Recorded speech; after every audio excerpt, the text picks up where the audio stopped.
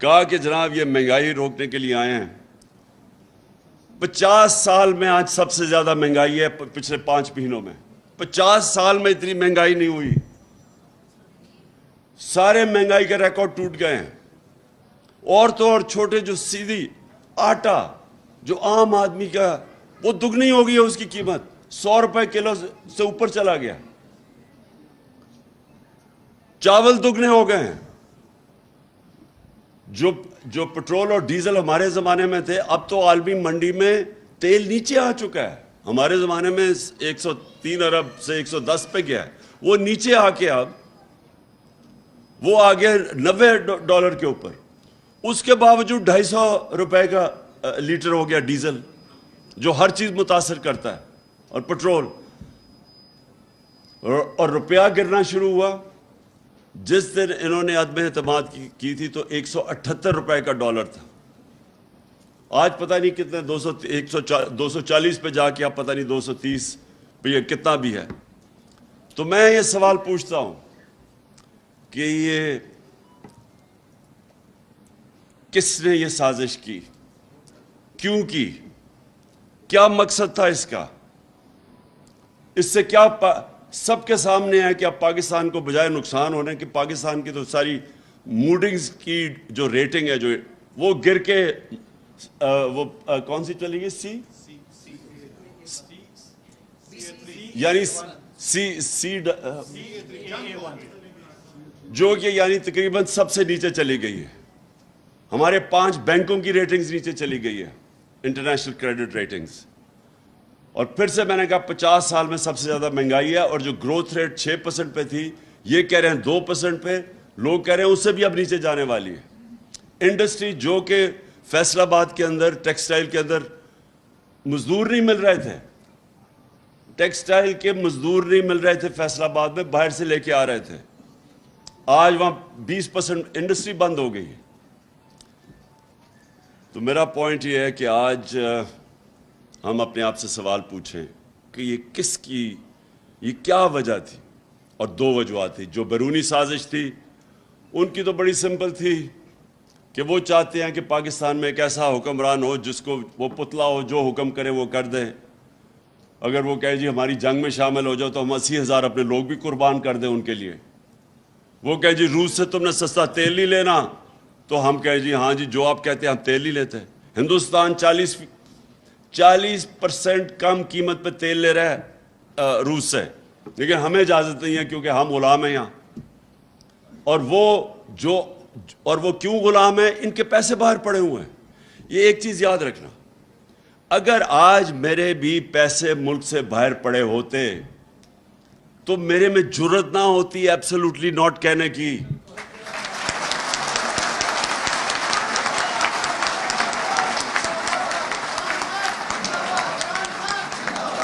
کیونکہ وہ جب چاہے میرے پیسے ضبط کر سکتے ہیں. جب سے وہ روس اور یوکرین کی لڑائی ہے انہوں نے روسیوں کے پراپرٹیز اثاثے ضبط کرنے شروع کر دیے ہیں. تو ان کو بھی ڈر تھا کیونکہ ان کے تو یہاں تو کچھ بھی نہیں ان کا پیسہ جو ان کے ملک سے باہر یہ لے کے گئے ہوئے 30 سال میں. ان کو ایسے لوگ چاہیے تھے. اور ان کو کیا چاہیے تھا؟ ان کے اربوں روپے کے کرپشن کے کیسز تھے. شہباز شریف پکڑا جانے والا تھا اس کے اور اس کے بیٹے نے جیلوں میں جانا تھا FIA کے کیس میں. جو مقصود چپڑاسی جدھر 4.25 ارب روپیہ چپڑاسیوں کے نام پہ اور نوکروں کے نام پہ آ رہا تھا, وہ سیدھا کیس میں ان کو سزا ہونے والی تھی. FIA کے اوپر اپنے آدمی بٹھا کے وہ کیس ختم کر رہا ہے. نیب کے اوپر اپنا آدمی اٹھا کے 1100 ارب روپے کے کیسز اب ختم ہو رہے ہیں. 200 کیسز ختم ہو چکے ہیں ان کے. ابھی عدالت میں پتا چلا کہ 200 کیسز نیب کے ختم کروا چکے ہیں اپنے. ٹوٹل جو ان کو جو ورتھ ہے کیسز کی وہ 1100 ارب روپے ہے جو یہ معاف ہوں گے اپنے, جن کو NRO ملے گا. اور یہ جو NRO ہے, یہ جو NRO اب مل رہا ہے, اس سے زیادہ اس ملک سے ظلم نہیں ہو سکتا. کوئی دشمنی نہیں کر سکتا اس ملک سے کہ ایک طرف لوگوں کی کمر توڑ دے مہنگائی میں, ملک کی معیشت نیچے لے آئیں. وہ تو دشمن بھی نہیں کر سکتا. اور ساتھ اربوں روپے کے بڑے بڑے ڈاکوں کے کیسز معاف ہو جائیں اور قانون چینج کر دیں. اب قانون اپنی چوری بچانے کے لیے انہوں نے قانون جو بدلے ہیں, میں اس لیے آپ کے سامنے یہ چیزیں رکھ رہا ہوں. اب انہوں نے قانون کیا بنایا ہے کہ اگر میں عمران خان کے کوئی 1 ارب روپیہ باہر پڑا ہوا ہے برطانیہ میں یا اثاثے ہیں اس کے, اور انفارمیشن آ جاتی ہے کہ یہ عمران خان کے ہیں, انہوں نے قانون بنایا ہے کہ وہ عدالت میں ایڈمیسیبل نہیں ہے, وہ ایڈمٹ ہی نہیں کر سکتے عدالت میں. انہوں نے قانون بنا دیا ہے. اور دوسرا, اب یہ آپ سب کے سامنے وہ میں نے کئی دفعہ فلمیں دکھائی ہیں کہ پہلے وہ مریم کہتی ہے جی ہمارے یہ 4 بڑے بڑے محلات لنڈن میں ہمارے نہیں ہیں. میری تو لنڈن چھوڑو پاکستان میں بھی کوئی پراپرٹی نہیں ہے. اور اس کے بعد جب وہ پینما میں انکشاف ہو جاتا ہے تو 4 سال کے بعد وہی کہتا ہے اس کا بھائی کہ الحمدللہ یہ ہمارے بھی ہیں اور یہ مریم ان کی مالکہ ہے. اب یہ سوال یہ ہے کہ وہ ایڈمٹ کر گیا کہ, اور وہ نواز شریف نے اسمبلی میں ایڈمٹ کیا کہ ہمارے ہیں. تو جب آپ کے ہیں تو بتائیں پیسہ آیا کدھر سے؟ اور وہ کیا کہہ رہا ہے, وہ جج نیب والے سے پوچھ رہا ہے کہ بتائیں جناب آپ بتا سکتے ہیں کہ یہ نواز شریف کا ہے یا نہیں؟ اسے کہا جی میں نہیں بتا سکتا کیونکہ وہاں بھی میچ تو فکس ہوا تھا, اپنا نیب کا ہیڈ رکھ دیا انہوں نے. اسے کہا جی نہیں میں نہیں بتا سکتا, چلو جی بری ہو گئے. یعنی دنیا میں ایسا مذاق ہوتا ہے کہ ہر پبلک آفس ہولڈر کے لیے ساری دنیا میں قانون ہے. میں اگر پبلک آفس ہولڈر ہوں اور میرے اثاثے میری آمدنی سے زیادہ ہیں تو میری ذمہ داری ہے بتاؤ کہ پیسہ کدھر سے آیا ہے. میں تو پبلک آفس ہولڈر نہیں تھا جب میں کرکٹ کھیلتا تھا, آج سے 35-36 سال پہلے جب میں نے لنڈن میں اپنا فلیٹ لیا تو میں تو پبلک آفس ہولڈر نہیں تھا. میں تو پاکستان کا ٹیکس ریزیڈنٹ نہیں تھا کیونکہ 6 مہینے میں ادھر کرکٹ کھیلتا تھا, 6 مہینے ٹور کرتا تھا دنیا میں. اس کے باوجود عدالت نے میرے سے جو سوال پوچھا کہ کدھر سے وہ پیسہ آیا, کدھر سے آمدنی, 40 سال پرانے کانٹریکٹ میں نے دکھائے ان کو کہ کدھر سے میرے سے پیسہ آیا. میں نے لنڈن, اور وہ فلیٹ بیچ کے پاکستان پیسہ لے کے آیا. یعنی تو میں اس لیے آپ کو کہہ رہا ہوں کہ اگر ایک کرکٹر اپنی ساری source of income money trail دے سکتا ہے تو جو 3 دفعہ ملک کا پرائم منسٹر ہے وہ کیسے نہیں دے سکتا؟ اس کے اوپر تو ذمہ, وہ تو سب سے سپریم عہدہ, وہ کیسے نہیں بتا سکتا کہ میری پراپرٹیز باہر کیسی ہے. میری بیٹی, وہ اس کے پاس تو کوئی ذریعہ معاش تھا ہی نہیں کہ وہ اتنے بڑے فلیٹ لے سکتی. تو اس کا مطلب اس کے چوری کے پیسے بیٹی کے نام پہ لے لیے, اور اس کو اگر آپ بری کر دیتے ہیں تو اس کا مطلب کہ وائٹ کالر کرائم کو پاکستان میں آپ پکڑ نہیں سکتے. اس کا مطلب کہ میں بڑا طاقتور چور ہوں اور میں یہاں سے پیسے چوری کرا کے ملک سے باہر بھیج دوں, کوئی مجھے نہیں پکڑ سکے گا. انہوں نے قانون ہی بدل دیا ہے. انہوں نے لائسنس دے دیا ملک کو ڈاکہ مارنے کا, اور صرف اب چھوٹا چور پکڑا جائے گا, بڑا ڈاکو نہیں پکڑا جائے گا جو انہوں نے قانون بنائے. اس لیے میں یہ ساری اپنی قوم کو کہہ رہا ہوں کہ آپ تیار ہوں کہ دیکھیں اس سے بڑی ناانصافی کسی بنانا ریپبلکس میں نہیں ہے, غریب ملکوں میں ایسی ناانصافی نہیں ہے. کوئی کسی غریب ملک بھی 10 دفعہ سوچتے ہیں کہ اتنا شرمناک قانون ہم نہیں بنا سکتے کہ اب چوری کو اجازت دے دو, طاقتور کی چوری کو اجازت دے دو. اس لیے میں کال دے رہا ہوں اپنی قوم کو کہ یہ آپ نے, اگر آپ, وہ اللہ کا فرمان ہے, جہاد ہے ظلم کے سامنے کھڑا ہونا اور ناانصافی کے. وہ حضرت علی رضی اللہ تعالیٰ کا قول ہے کہ کفر کا نظام چل جائے گا لیکن ناانصافی کا نظام نہیں چل سکتا, یہ نظام نہیں چل سکتا. تو میں اب آپ کو اچھا, اور سارے آپ یونینز کو میں صرف یہ کہنا چاہتا ہوں کہ دیکھیں اگر ملک میں روزگار ہوگا تو یونینز کے پاس بارگننگ پاور ہوگی نا. اگر بے روزگاری ہوگی جو یہاں بڑھتی جا رہی ہے, اب جب گروتھ ریٹ نیچے گر رہی ہے تو اس کا مطلب بے روزگاری بڑھتی جا رہی ہے. تو جب بے روزگاری اور بھوک ہوگی تو آپ کا تو سارا انفارمل سیکٹر میں آپ کا ورکر چلا جائے گا. وہ تو جو پیسے دے گا وہ اس کو لینے کے لیے تیار ہو جائے گا. تھوڑی اگر 25,000 منیمم ویج ہے تو وہ تو 10,000 پہ بھی کام کرے گا بھوکا آدمی. اس لیے اگر یہ معاشی اس بحران بڑھتا جائے گا تو اب سب افیکٹ ہیں اور مہنگائی بڑھتی جائے گی. اب اس مہنگائی کے اندر مجھے بتائیں, جو بجلی 16 روپے یونٹ ہمارے تھی, اب 36 روپے یونٹ آفیشیل ہے, ٹیکس لگا کے 50 روپے یونٹ پہ پہنچ گئی ہے. ابھی لوگوں کے پاس بجلی کے بل آئیں گے, بتائیں کون بجلی کا بل دے گا؟ جو تنخواہ دار طبقہ وہ تو مارا گیا. سارا تنخواہ دار طبقہ آج اس مہنگائی میں مارا جا رہا ہے. اس لیے آپ نے سب نے, اچھا اگر برا وقت آتا تو چلو سارا ملک مل کے قربانیاں دے. یہ بڑے بڑے ڈاکو اپنے اربوں روپے کے کیسز معاف کروا رہے ہیں اور قوم کو کہہ رہے ہیں قربانی دو. اس ناانصافی کے خلاف میں آپ سب کو کال دوں گا. یہ ذرا حل سب آپ نے کھڑے ہو کے یہ میرے ساتھ حلف لینا ہے. ہاتھ کھڑا کر لیجئے گا. بسم اللہ الرحمن الرحیم.